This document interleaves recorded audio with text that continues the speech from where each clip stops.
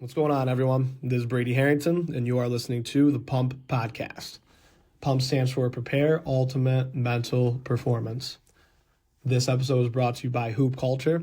Hoop Culture is your off-the-court, unique and authentic basketball streetwear. You can use our 10% off code HCFAM-pump. I repeat, HCFAM-pump to receive 10% off your next order. If you have any questions after the episode or you want to reach out for new ideas, please reach out to Harrington, HARRINGTON, pump@gmail.com, or you can reach out to our Instagram page, PUMP_pod. I really appreciate you giving this a listen. Hope you enjoy. Thank you.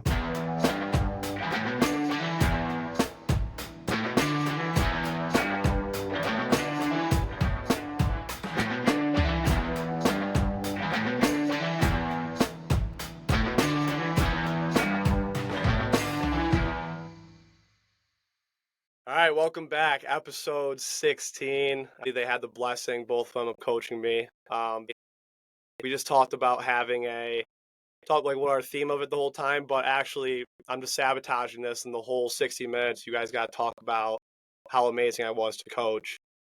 Oh, sorry. There's all just great stuff about me from the Whitney Point basketball program. Sorry about that. I don't know if we have enough content there, but yeah, it's only going to run for about 2 minutes maybe. I have Evan Ligeikis here, who has been the JV basketball coach at Whitney Point for 13 years, and Steve Morgan, varsity coach at Whitney Point for 16 years, and both of them for teaching and student teaching. So, how you guys doing? You ready to go? yeah. Already, thanks for having us. Let's do it. Just going to a little bit, since you guys have been together for a while now, I feel like you don't too often see JV coach and varsity coach together for so long, but you guys have done very well doing that. For starters, in regards to just communication with both you, because I know some varsity coaches want from bottom to top, they want that progression for their kids to be ready for varsity and going through JV. So I'll start with you, Coach Morgan. What's some types of important communication you had with Coach Ligeikis that having the kids come up through, and what you guys run with the team is important for you? Yeah, I mean, we definitely have a great friendship, obviously, outside of basketball as well, so we're in constant communication about many things. I give him a lot of freedom, I think, at the JV level. There's certain things sometimes that we have always tried to do, but we're always trying to change things based on, personnel that we have, based on just some new things that we want to try. So, I think we try to keep it pretty open and loose, but we do have conversations quite often, and he's always sharing different videos with me and likewise. Yeah, that's great. Then for the JV level, Coach Ligeikis, what from the start and the end of the season, especially for guys that are going to be moving up to varsity, what are your top expectations out of them? Obviously, the wins and losses is one thing, but as players, what do you want to see out of them before they move up to Morgan's program? Honestly, I'd like to see a little bit of maturity, just mentally and emotionally, physically. Just to piggyback off what Morgan said, my first few years, we meshed a little bit more in terms of I would run all the things that he would suggest, and that way the kids were a little bit more familiar. But as time went on, we kind of realized, like he said, not all the time we have the same type of talent. So I might, press a little more, depending on, who I had, or maybe just drop back in the half court, just things like that. But he's given me a lot of freedom. And then recently we kind of came back full circle there. And I know the last couple of years we've wanted to start, really running similar things, similar sets, similar defenses. Yep. Keeping it very consistent with names, just to keep kids building off it and getting better. As for other things, just honestly, just realizing that from the JV to the varsity level, kids need to be more committed. Communication's got to be, utmost. We talk about that all the time as a program. physically when they get there, I know they're ready, but it's more, I think, like the mental, emotional side, just trying to get ready for that next varsity level. Yeah, stuff you can control for the most part. Right. And the Yeah. speed of varsity is so much different. They really won't, figure out how fast it really is until you throw them into the mix. But, I think we do a pretty good job of just communicating, like he said. And, I've been here with him just because of him. I'm still here. So I Yeah. think that our openness there is utmost important. Yeah, He absolutely. doesn't want And my job, so that's yeah, there you go. And then from start to finish for both you, would have been, I guess we'll start for just you two both as coaches. Was the biggest change from start to finish, how you were as a coach, either your coaching philosophy or anything like that? How has it changed from year one now to year 13 and year 16? And what's improved a lot? What's something that you didn't realize came with coaching in general with JV and varsity sports? And yeah, how are you able to like grow from that and just kind of see it through? Want to go first, Morgan? yeah. Yeah, I mean, there's a lot of things I can say. See if I can get this in an organized manner. Kids are definitely different. There's no doubt about that. I mean, you'll hear coaches, educators say the same thing, but what they need to be taught really hasn't changed. The basics, the fundamentals of basketball still need to be there, and it's the simple things like come to practice. Willing to work hard every day, putting in the time to improve on those weaknesses in the off season, right? Because by the time we get into the season, we got to build on the strengths of what you already have. And then in the off seasons when you got to put the time in to work on, working on that left hand or, working on the jump shot that's not there yet, whatever, post moves, whatever it is. But the thing I think I've realized over the years is I think I've relaxed a little bit and realized that every play isn't life or death type of thing. When I was a younger coach, I would get a little more upset at the refs. I would get a little more upset at a single play throughout a game. And I think you have to realize those are going to happen at this point. Getting the kids to accept that and continue to play through it is something I've tried to get better at and get them to understand. I think just again to build off that, kids are a lot different now. And I think I don't want to say like I've dropped my standards or expectations of their mental abilities and physical abilities and things like that, but it's I think I was definitely a little bit early on, and Morgan he'll say I'm still uptight, but if you can imagine, I think I was more uptight back then when I was coaching you. And like he Uh, said, every single play I was, I would either be upset or the opposite side, super excited or whatever it was. I think I've relaxed a little bit, but I think yeah, I was just honestly about to that's ask. I know Morgan. I know Morgan said he relaxed. I'm like, I wonder if Ligeikis is going to say he relaxed. I'm not. I had I to don't tell, I know. had to tell him to relax on Saturday. I was like, relax a little bit.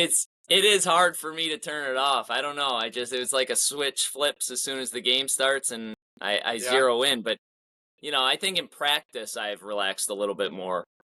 Um, Okay. I think I used to be a little bit more strict and intense at practice. I think for the most part, practices I did. This is the first time I think I did knockout this year in a Oh, practice. really? Yeah. Just changed up a little bit. Yeah. just to give the kids some new and fresh and fun to do. But practices before games and things, I still have that intensity, but I think generalized practices, I'm a little bit more relaxed and try to have some fun and joke around a little bit, just keep it loose. And I think nowadays kids need that. So Yeah. No, no, it's a good just way to adjust too to where right. they're at. And just thinking of practice, there's more of a question for Coach Ligeikis, but I'll never forget my eighth grade year. And he probably already knows where I'm going with this, but Saturday morning practice, like 8, 9 o'clock, got into our normal warm up and got into a transition drill. First part of it didn't go too well. Guys were moving slow, and we just didn't. No one really seemed ready to play. Did a 3-on-2, 2-on-1, and just turnover, turnover, turnover, sloppy play. No one playing serious. all right, guys, get out of my gym. Maybe 10, 15 minutes into practice. I'll never forget just us stand there for a second. Wait, what did you just say? Like, yeah, like, you're not going to show up to my gym. Like, get out. Don't show up. And I'll never forget because it's so difficult for the players and coaches day in, day out to stay motivated, be on top of everything. And as much as I love basketball, as much as other people love basketball, there's going to be days where you either don't want to be there or it's really tough to amp it up. So for you as a coach now, I love the way you did that because that woke us up, I feel like. What are some other things you have to do now? And this actually could be for both of you, but what are some new things you have to do now to, I know like knockout was one thing and just different like varieties of practice, but are there any other things for practices or games that you felt like your players were a little bit of a slump and you had to get them going? I will say it's been a couple of years since I ended a practice early. I used to do that on an annual basis, I feel like once a year, just to kind of reset kids' minds and things like that. And I do remember doing it with your group. I don't know.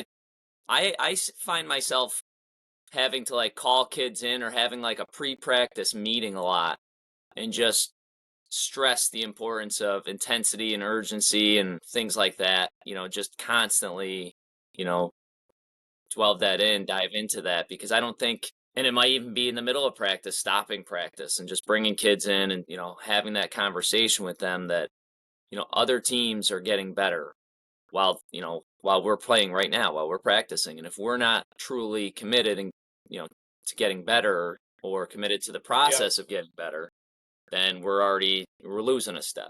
And I think once you start to call kids in a couple times, but it's got to be something shorter. You'll lose them if you talk for more than 30 seconds to a minute. But Yeah. I think my kids have responded well to that, especially this year. They're young. I have a bunch of ninth graders. Just trying to stress the importance of every minute of practice is crucial to get better. Yeah. And it's weird now because I think I had that with my guys too, that you do want to come in every day with them. And especially for me being an assistant coach, like it's a little more relaxed where I can have fun with them and like, joke around here and there before practice. And once we get into a little bit, you obviously want to have fun or else, what's the point of doing it? But at the same time, there's got to be a fine line of, hey, let's stop messing around and let's get serious. And other times, like, all right, let's be a little more relaxed. Like this group will enjoy it more once they kind of get settled in, and them being uptight for the whole 2 hours might not be the best thing. Yeah, no, it is a tough kind of to differentiate when to change it up a little bit and when to try something new to motivate the guys. No, it's good to get. Kids always say, is winning your most important thing? And at the JV level, it starts to be about that, right? It's not about, as much as equal playing time as modified levels and the youth club levels.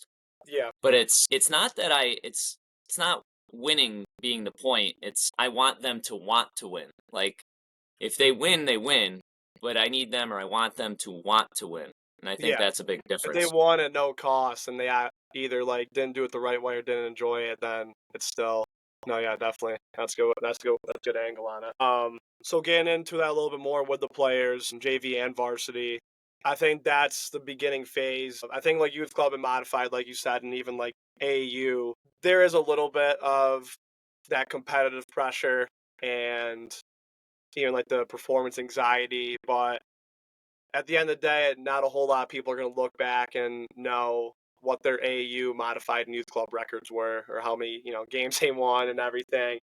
The importance is develop when you get to the JV and varsity level so you'll be ready. That adjustment for the players, bumping up from modified to JV and JV to varsity now, I'll start with you, Morgan. What are a couple things you notice that in regards to the competitive pressures that are a real tough adjustment for your players at first? Yeah, I mean it's definitely there, and you have inexperienced varsity teams that aren't used to dealing with the pressure that and some of it is self-imposed, right? Like Yeah. it's at the end of the day, it's just a basketball game. How much of it do you think is self-imposed?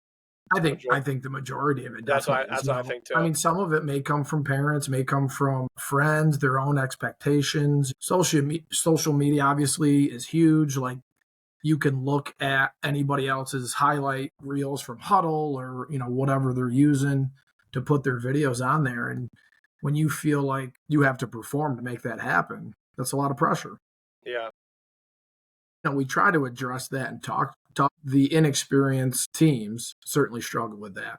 When you have kids that have played at the varsity level the previous year and they can look to those kids for, an example or look to those kids to set the tone a little bit, then I think it sets the team at ease. So just having those conversations, but really it has to come with experience, I think. Yeah. They just have to get out there and have those first game butterflies and get over it. And it's a great life lesson, right? When you go for your first interview. Same thing. Right. It's not easy, right? You stumble. I remember my first job interview. I was a mess. I'd like to get a recording of that now. Now that you bring that up, Morgan, my first coaching interview was with you. Yep. Was it just you two? No, there was like 15 people in the room. They just a lot of people in the room. Wasn't like Murphy was there, of course. Yeah. Was it Crowley? No, Crowley wasn't the girls' coach. There's like other coaches around there. Yeah. No, remember that both girls' positions were open and the JV boys' position was open. Oh, that's right. Yeah. Yep.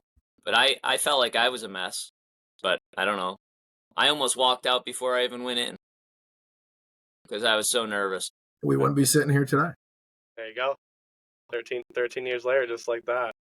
So yeah, Ligeikis, what do you think for that competitive pressure question? I've talked to a couple coaches a few years back, and they just stressed how like every drill they make a competition in practice, and I think that's a big difference from modified to JV. I've tried to do that as much as I can. Like everything's a competition. You got to hit a certain mark or a certain score. Or, you're playing against another team, and I think it certainly has helped. Like, if each game is a competition, so the more experience you have with competitions, and whether it's losing, them or winning, them competitions in practice, I think that kind of helps the kids be able to know and learn how to respond in either direction there, either case. So, like I said to you, this is the first time I did something fun like knockout, but I try to make pretty much most of my drills and practice a competition just to get kids used to it. But like Morgan said, it's hard to simulate, game pressure and game speed and everything in practice and game intensity. So you really just got to get out there and play, and then kind of take it from there and how we're going to respond to the positive things and the negative things. Yeah, no, and I can remember too, even with my junior team, so 2015 season. I mean, those pressures of just when we were undefeated the whole entire season. I think that was even. I think after a while, when your team is doing very well, you really don't even realize too much of the outside pressures. It's more of just like we need to prove this to ourselves, and that pressure of staying perfect and winning every game and everything like that. It's tough. It's tough to, and I mean, I know I was just a 2016 grad, but I can only imagine now for these kids, modern day, where the ramping up of social media and, like you said, the film, it's just seeing everything and the coverage and the details and watching all of this. And I think it's a game before the game even. That was the next thing I want to get into, you guys, is even the day before a game and even pre-game routines. Everyone has different ones. Some don't have any. But in your opinion, and I truly think that everyone should have a routine based on what their behaviors are and what helps them relax and focus on the game. If you guys were to come up with a routine for yourselves, say if you guys were players, or even when you did play, what's a good pre-game routine to have, and some good strategies to have to focus, relax, and try to take off as much of the pressure you can before the game. Yeah, I mean, so from a coaching standpoint, personally, I don't have one that I stick to game. I think it is based upon home or away, obviously, who the opponent is. As far as for me personally, I don't stick to the same thing. For Okay. the team, day before practice, obviously we're going through, scout stuff, what we're going to run at both ends of the floor, making sure we're in tune with that. There's been years where I've handed out for bus rides, everybody gets a handout of the other team, what they run, each Yep. player and their tendencies. Some years I've been that detailed, but I've had teams that I know are not going to be able to handle that much information going into a game. Yeah, it's got to keep it as simple as possible with some teams. Right. So it's, sometimes it's what are we going to do? What are we going to focus on? And not so much about what the other team is going to do. So you got to know your team a little bit and know their what they're capable of and what's what they're going to benefit from. So yeah, I guess that's my answer. Okay. Coming on YouTube and Huddle and everything I think it's been great from a coaching standpoint. I am one that I try to really focus on everything the other team is going to do and go over the practice before the game, exactly what they're going to do and how we're going to, respond to that, or how we're going to, face that challenge or whatever. And then I try to simulate it as best I can in practice. In terms of like game warm up, I think it's important for the kids to, be energized, try to get that, we talked about them being nervous, but just trying to get that top level of energy, that nervous, that anxiety off. But I do talk to my kids a lot that the game warm up will dictate how they start the game. So, we talk about how they have to come out, they have to be focused. It's game time, it's business time, set a tone. I said the first time the other team sees you is in game warm up. So you're either going to give them, some doubts about how they're going to play just based on, your level of intensity and your warm up and your level of focus, or maybe you're going to give them some confidence because you don't look ready to play. But for the physical side of it, I think just hitting all the little things like passing, shooting, sliding your feet on defense, just some muscle memory things to get them started. Try to do something that forces them to communicate and talk, because when the tip happens, that's what I want to see. I want to see them communicating. I want to see them have urgency, energy, intensity. So that's another thing that I usually bring them in, and we talk about that before every single game warm-up. This is what they need to show. This is what they need to do. And just reiterate those factors that I want to see. And sometimes we do a great job of it. Sometimes we don't. I can usually tell, And it shows. and we'll talk about it the next game. Hey, just a specific example, we were at Elmira, Notre Dame about a month ago, and it's a long bus ride, and kids just were not locked in game warm-ups, and then all of a sudden we found ourselves down 20-4 at the end of the first quarter. It was just, oh, well, that's what happened. So I think learning from that and those experiences hopefully help them moving forward. Yeah, and I feel like I've just seen in the past couple of years too that sometimes we had to change starting lineups, and it's not based on who are the best 5 players on the floor. Who are the players that can come right into a game, and the reason you're a starter is to start the game the right way. And yes, usually that will be the best players on your team, but sometimes with lineups, we've had to even do, all right, like this player knows how to start a game early, and we need that, early momentum and get the game going. Yeah, I think all that's very important. And in your guys' opinion, for warm up, you obviously don't want to wear them out by too much movement in warm up, but physically, how like I personally think they should get a pretty good sweat in and be ready to go, and they'll simulate a lot for them. Is that the same thing with you guys, or do you think it should be more maybe like take a lot more shots, free throws, ball handling? Like what's that like for you guys now? I mean, I think it's an interesting question, and I've honestly watched teams through my years who I've respected, coaches I've respected, teams that are solid teams. And I've seen the whole, spectrum. Yeah. There's teams that have a very regimented, every minute and a half we're switching to from this to this. And I've seen teams that we've played just do 2-line layup drills for 15 minutes. The whole time. I'm like, I don't think we need 15 minutes of 2-line layups. No. But yeah, I mean, I personally think, yes, they definitely need to get a sweat and get loose that way, get the blood flowing a little bit. And, I like, what Coach Ligeikis said, the nervous energy, right? You got to get that out, and you got to get your mind where it needs to be for the game. So however you do that, I think there's a lot of ways. Yeah. Do you guys change your warm-ups depending on the team every year too? Like on your teams that you have? There's years The that last I couple let years them, I didn't. Yeah. We haven't recently, but if I have a team that's a lot of returners and and they make a suggestion, that's fine. It's got to be player led a little bit. They gotta have some say and just get their buy-in and their investment in it. So Okay. I don't mind that at all as long as it's productive. Yeah, as in the past, I remember changing it mid-season. Just wasn't working out. I'd ask the players, you need to have energy and, coming off the bench there or starting lineup, what do you want to do?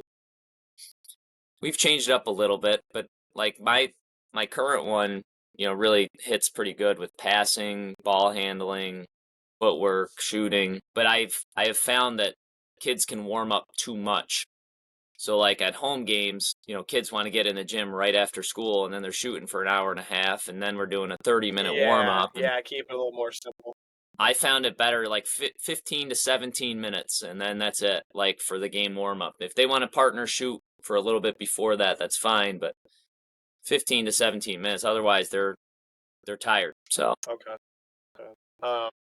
And this kind of reminded me too. Morgan just mentioned some parts need to be player led. How often?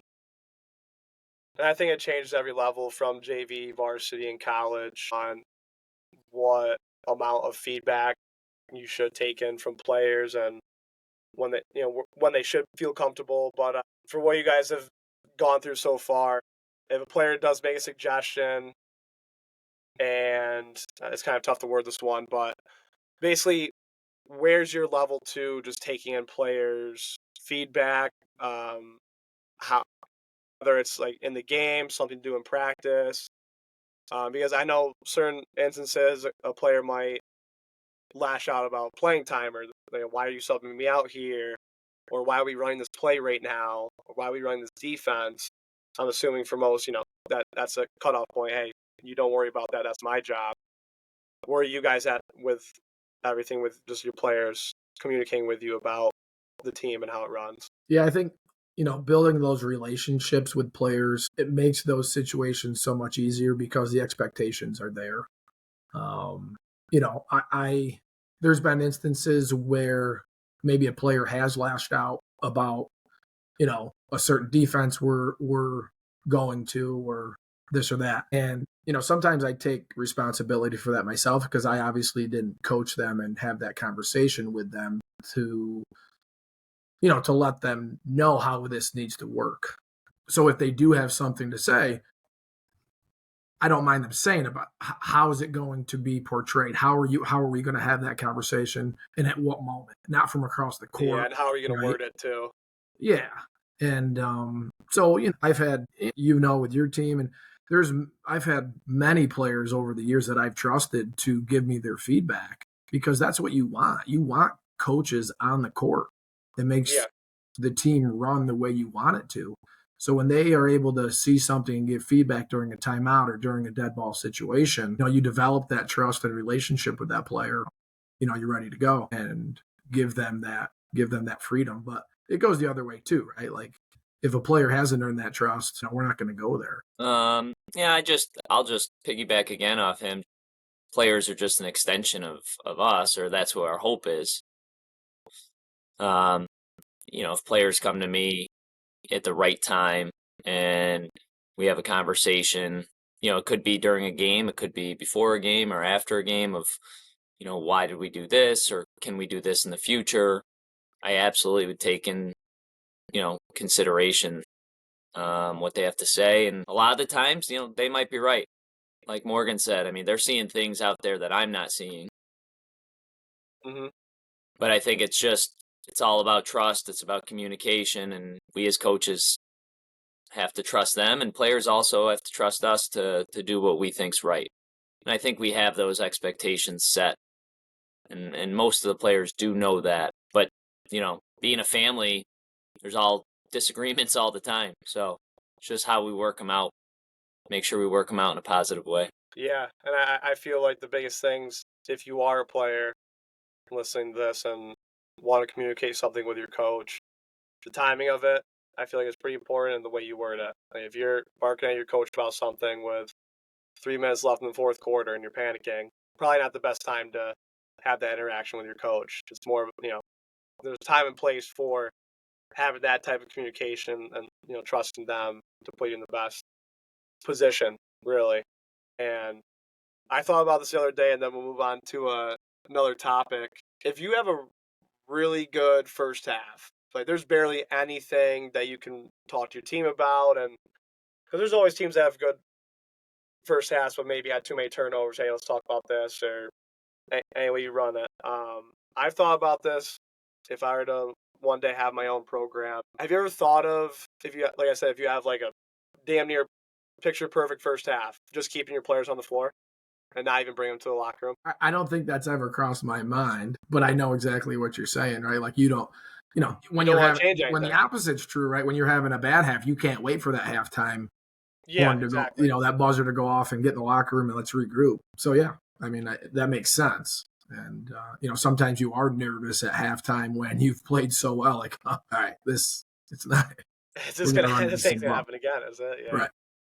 Ligeikis, have you ever thought about that? Ah, it's never happened, but if it ever did, I still think I like He's never keeping. satisfied. He's never satisfied. No, no, I'm not. So like, I still think keeping routine is really important as well. So like, if we had the best half or the worst half, we're still going in. We're still going to communicate and talk as a team. We're going to go over our deficiencies. And like I said, I've never had a half where we didn't, or where I couldn't find something to talk about. Through and But through, then, yeah, nothing to talk about. even if it's perfect, you don't want your team to become complacent either. So, you just got to stress all the good things they did and make sure that they realize the expectation is that they continue it and that the score is 0-0 coming out of halftime. So you got to continue, and build on that first half. Have you heard, there's a good Bobby Knight video talking exactly about that. I think it's with the 84 Olympic team that Jordan was on. Have you Like heard how to that? play same level no matter what the score is.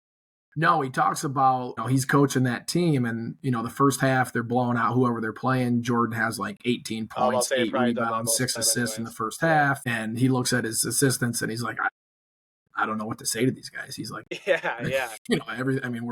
we're dominating right now. And it's a good video. Look it up. But he goes in Okay. and he starts busting on Jordan about, he's not setting good screens or he's not setting any screens or something. Yeah, you gotta really nitpick and just find something. And I'm assuming with that group that it was pretty difficult too when they're doing that with the team. That jogged my memory. You're right. I've seen he's not setting good screens. Yeah. And I think for me personally, That's all I could ever say to Brady at halftime. Brady, you're just not setting good enough screens. Not, that was it. Yeah. Well, I didn't even come close to ever having a perfect half either. So there's always something to talk to me about.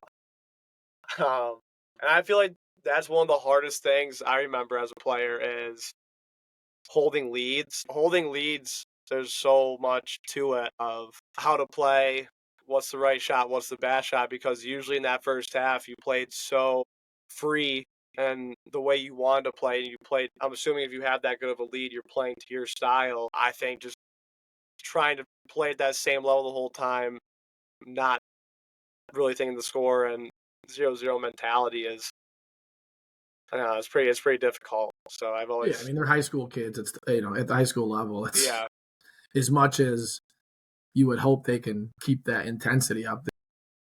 human nature, right? Like it's going to happen. Yeah, yeah, definitely. So another part I think that's important to just talking with you guys all the time and like talking with other high school coaches, trying to find that maturity that was mentioned earlier tonight, but also accountability. Besides culture, I feel like accountability is another huge buzzword that's talked about all the time, and you know how to be held accountable and know how to hold other teammates accountable. Make sure you're being a good teammate. Give them that accountability, and that's obviously a coach's job every day is accountability, but it's a little bit tougher player to player. How do you guys?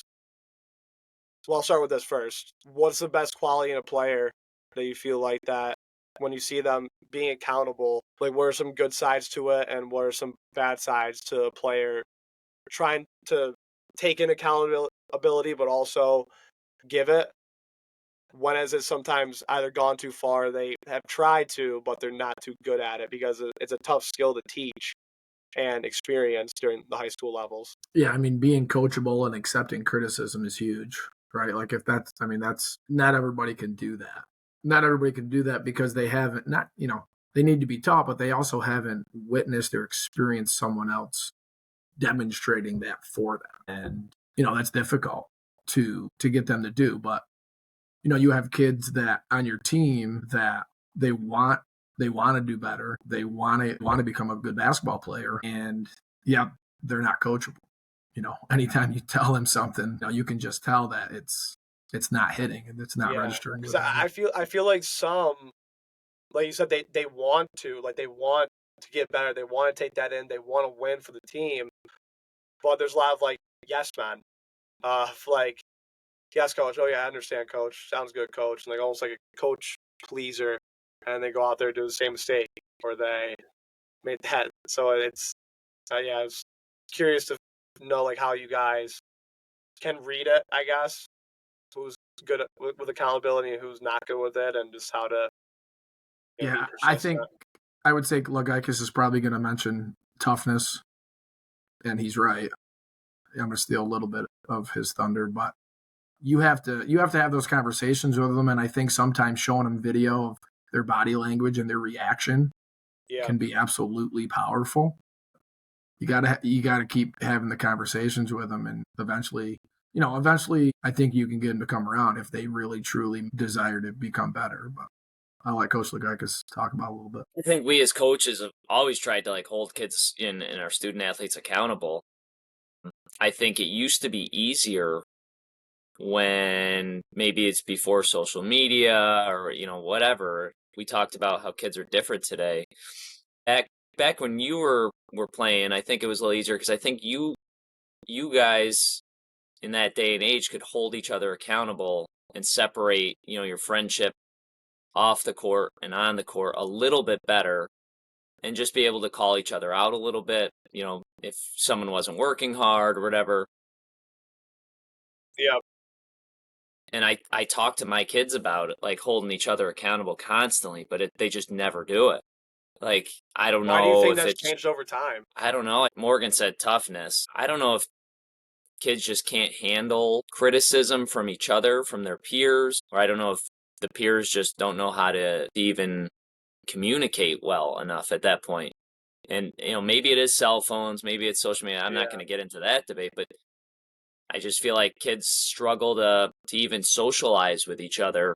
We'll be sitting on the bench, after our game, and our kids don't even talk to each other. Their head is in their phone, and they're probably just texting each other, sitting right next to each other. So I don't know how I'm supposed to yeah, expect them to go out on the floor and you know yell at them or call a teammate out. But I also don't think even if they have the ability to do it, I don't know if they have like you said, the skill to do it and how to approach certain players. Because some players would respond to, getting chewed out by their teammate.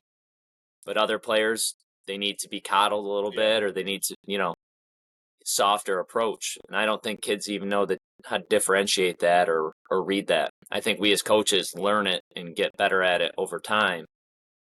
But it's not easy. And I feel like nowadays it's all, for my team anyway, I feel like it's all on me to hold my kids accountable. Yeah, to constantly, because I feel like it's slightly still there with, you hear something from a team captain, there's a reason to a team captain. Like you said, like another version of a coach is on the court. You should take that in and not take it personally. Well, yeah, like you guys both you said, the peer to peer interaction in any sport and even like at any level really. I think it's starting to take a dramatic change, and I think that's one thing.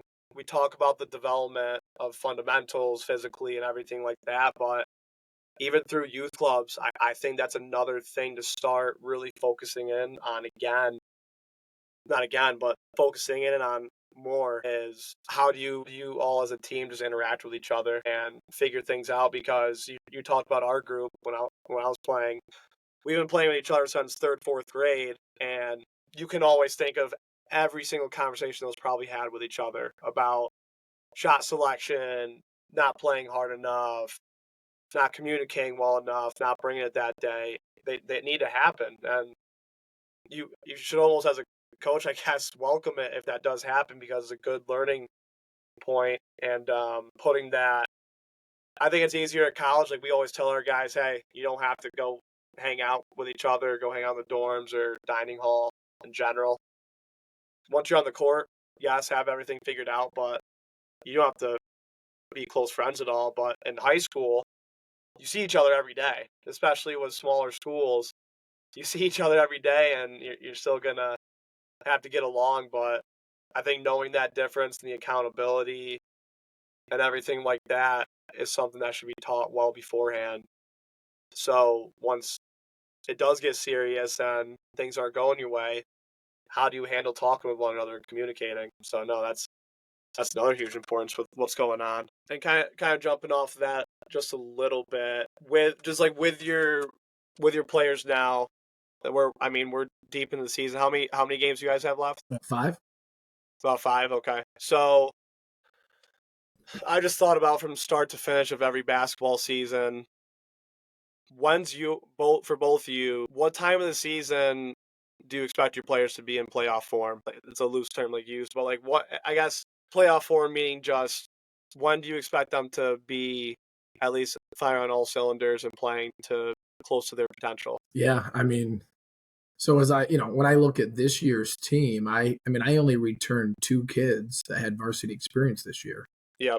But So, that's gonna change a little bit compared to it's other years. right, right, and there's years where you return almost your whole roster, right? So you would expect them to be playing at a high level early on, but you don't want them to peak too early, and I think from a strategic standpoint as a coach, you don't necessarily you're not putting all your defenses and offenses in early on, right? I think Yeah, once you get yeah, to that midway point where you start playing everybody a second time, right? It's nice to have a little bit of a wrinkle to this add more defense or a in. little Yep. bit of a wrinkle to this offense that you can put in there.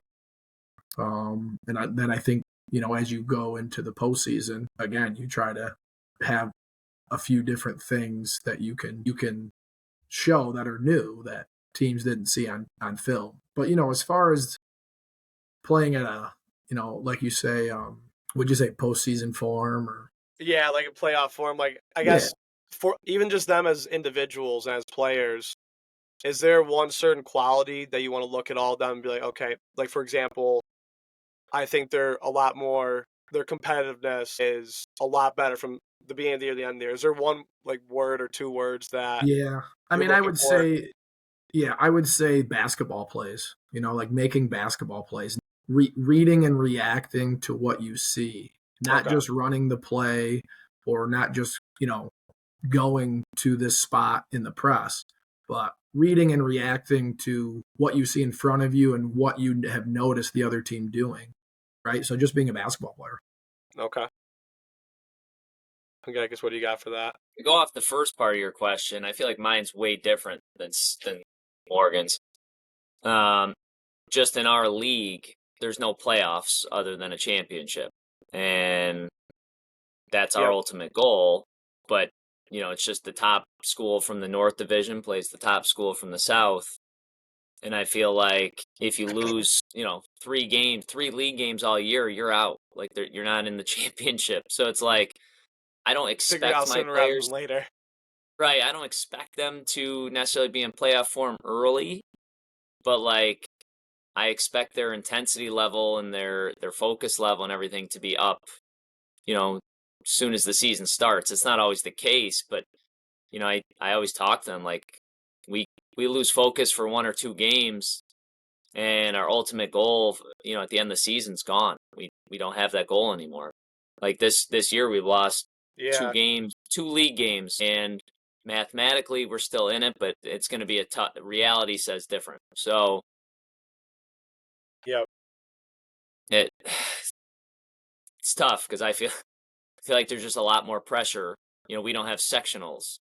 I mean, that'd be nice if there was like a Yeah. playoff or Yeah. something that JV players could go to. But the reality is, Yeah. it's Then you get hot at the right time and you figure out more. right. So I think mine's a little So bit different in that regard, but definitely by the second time, if I had to pick, by the second time we play everybody, that would be that's that'd be about the great. time. Okay. So I'll follow up with this one for you, Ligeikis. The first time I heard this, I feel like it was professional athletes. A lot of reporters asked them, "Hey, for this game, let's say for example, you like the what was one like the Detroit Lions Vikings game, when it was like the big regular season game they had at the end of the year, and they're asking, what's it like for you guys when either a reporter asks about like a revenge game or something personal they have like with the team or just a rival in general. I, I guess especially for JV too, since you need to be ready early for those important games. Do you do you think your players have a different approach when they're playing a rival and a team in their division compared to maybe a non league game?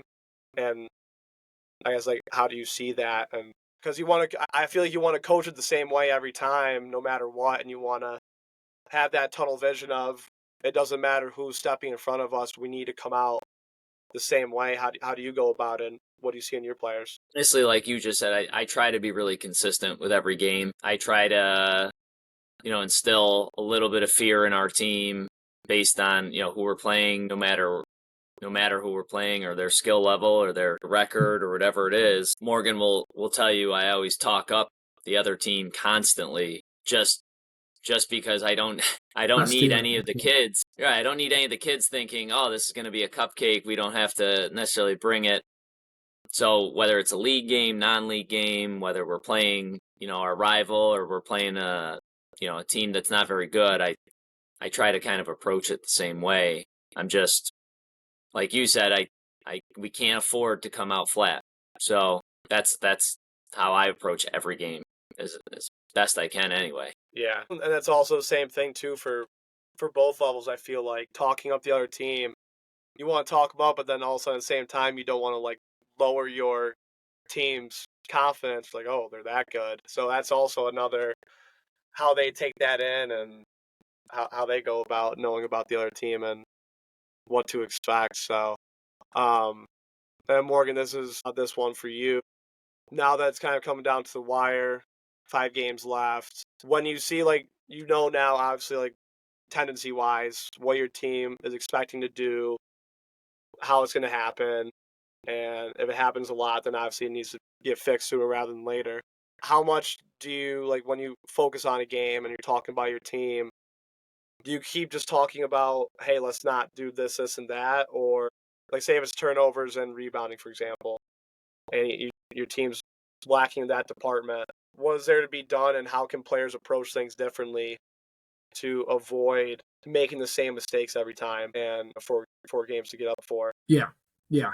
I mean, I think as individuals on our team, and Tommy Ellerson, who's been helping us out for a couple of years, has been good at this. Is challenging those individual players with some numbers, right? Like, hey, I want you to have less than 5 turnovers tonight, or hey, Okay. I want you to get 10 rebounds tonight. Different things like that. And Tommy's been pretty good, even in game. We're going, first quarter's over, we're walking out for the second quarter, and hey, I need you to go get 4 offensive rebounds this quarter. Things like that, because it motivates the kids, right? And just gives them something to hang on to. or, whether we're up 10, down 10, or tied, right? It just gives them something to focus on. As a team, a lot of times we'll like to say, hey, we need to keep it under, 10 turnovers tonight, or, we have to go get 12 offensive rebounds, whatever it is. So trying to focus on those things, especially if those things are going to be key. We struggled taking care of the ball this year. So having those kids thinking about valuing the basketball is important. How do they react, say, if they don't reach that goal? Is there anything different? Actually, we've had some success lately with giving the kids some tangible numbers, and it's been pretty good. But they understand a little bit of maybe why they didn't reach that goal. It just gets them thinking about it. So the improvement's going to happen over time, whether they did achieve the actual number or not. Okay, yeah, because I remember like when I had Nikki Houston on, too. She oh, go ahead, Ligeikis. Said something in the halftime speech at Lansing the other day that I think resonated with the guys pretty well about just how they hold their own expectations, their own personal expectations.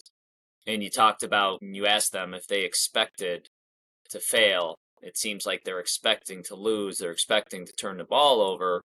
But then you really turned around and challenged them to change their expectations for themselves and for their team. And I think they really responded to that. And I know you've challenged them with, having some pride and higher expectations for themselves. And I think that kind of goes hand in hand with, the numbers that we're tangibly asking them to get. And I think they've responded lately with that as well. So just reiterating that you should hold high expectations for yourself, no matter the situation, I think is done well. And I think that's a testament to you. Yeah, no, it's something. Thanks, buddy. Individually. It's something good, like individually, for in general, always something to strive for, not just going out there playing. So I think that's good. Oh, there's actually a smooth transition in to the bonus segment. So I call this the 1-and-1. This kind of like the last take on everything. So I want to give my take on it real quick, then want to hear from you two about just what your thoughts are on it and how to go about it, the bonus content per se. So when we're talking about individual goals and team goals, I feel like a lot of coaches have different mindsets on how to go about it, where let's say there's just like for the season in general.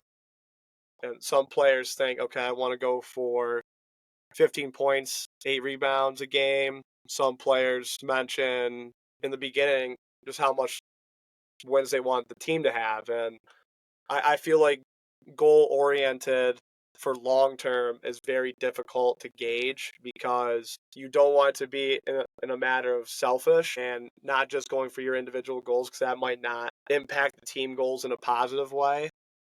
So, look, I guess I'll start with you. My opinion is with being goal oriented and how to go about it is it's good to have individual goals, but I think for, like I said, long term, it's tough to do numbers based. I think short term, the way Morgan worded it per game and given situations could be very helpful. What's your thoughts on that, and what's the most effective way to have the most balanced way of setting goals that are achievable? Because if they're a little too out of reach, that might lower your team's confidence, but also something achievable to go get and realistic, and then like team based.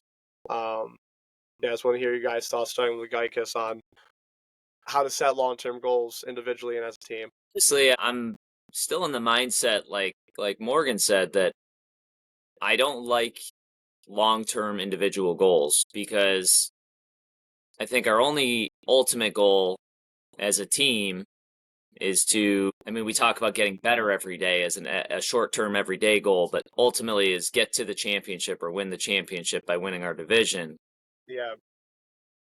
I still will, side with Morgan, like we've been doing, is depending on the game or the situation, giving them quick short-term individual goals is better because it keeps them focused and it's right in front of them.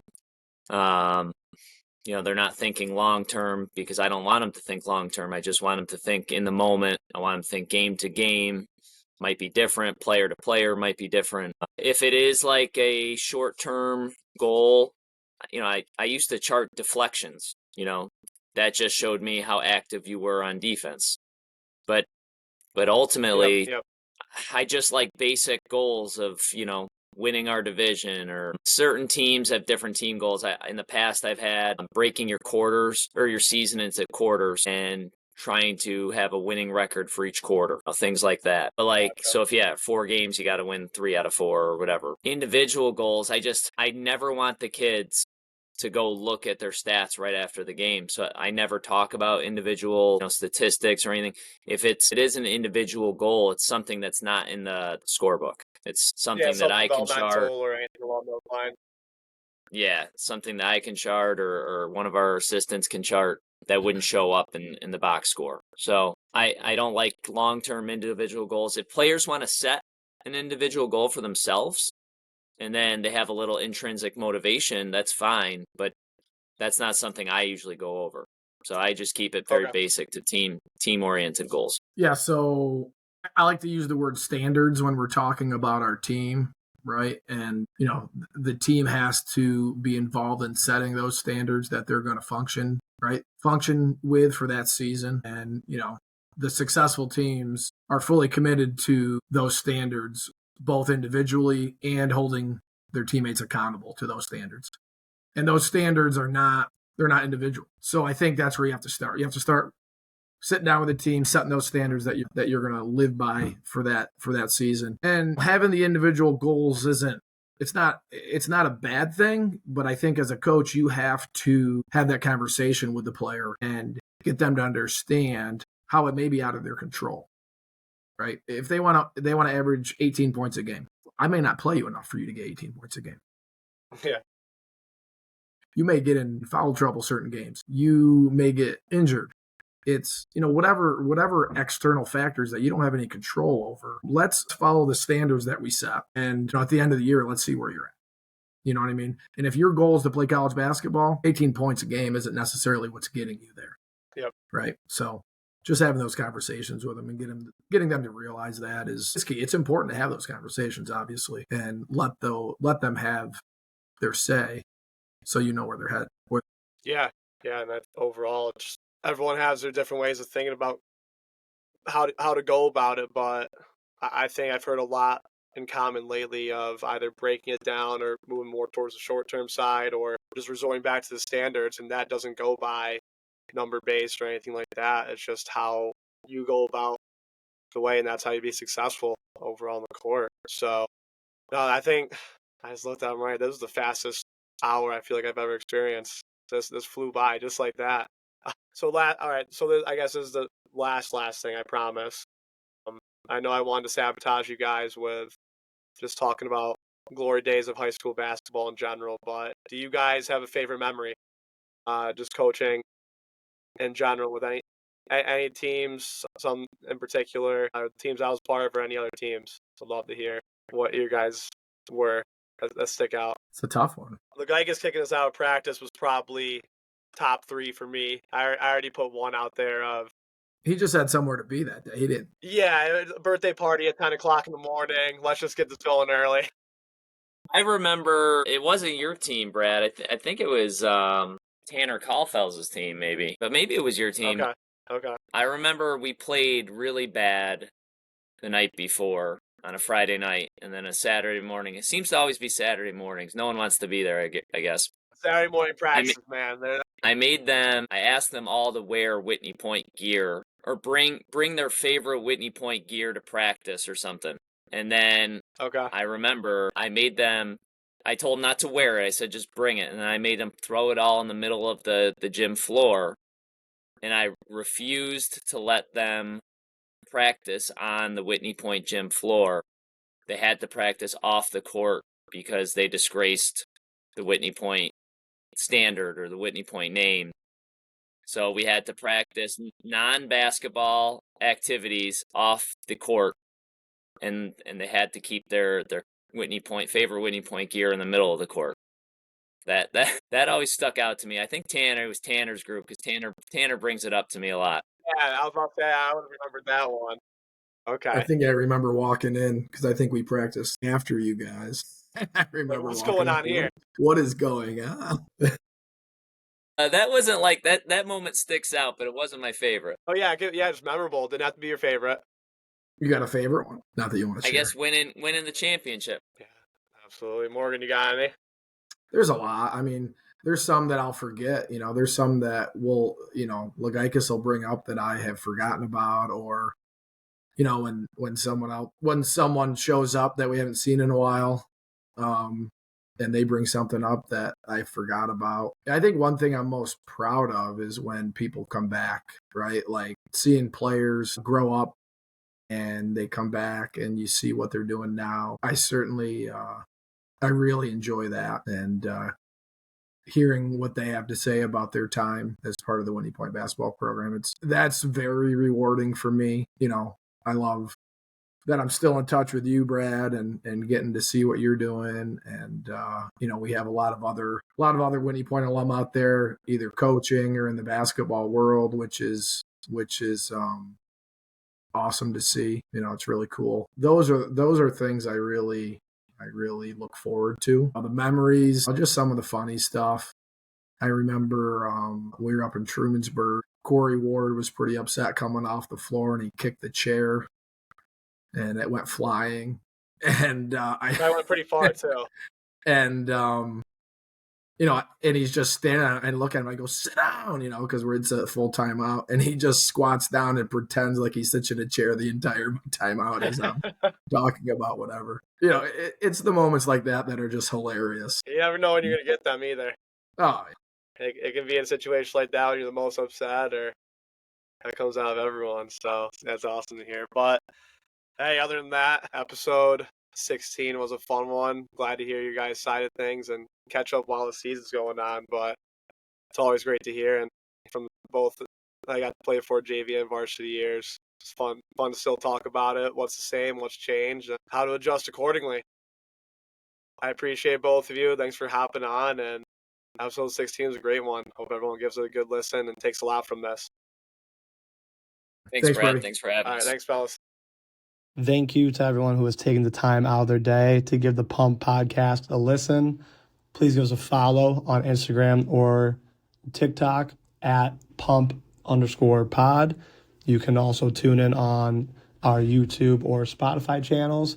Last but not least, if you have any questions, comments, concerns on any of the episodes or future episodes coming up, please email harringtonpump@gmail.com. Once again, thank you for listening and hope you can tune in soon.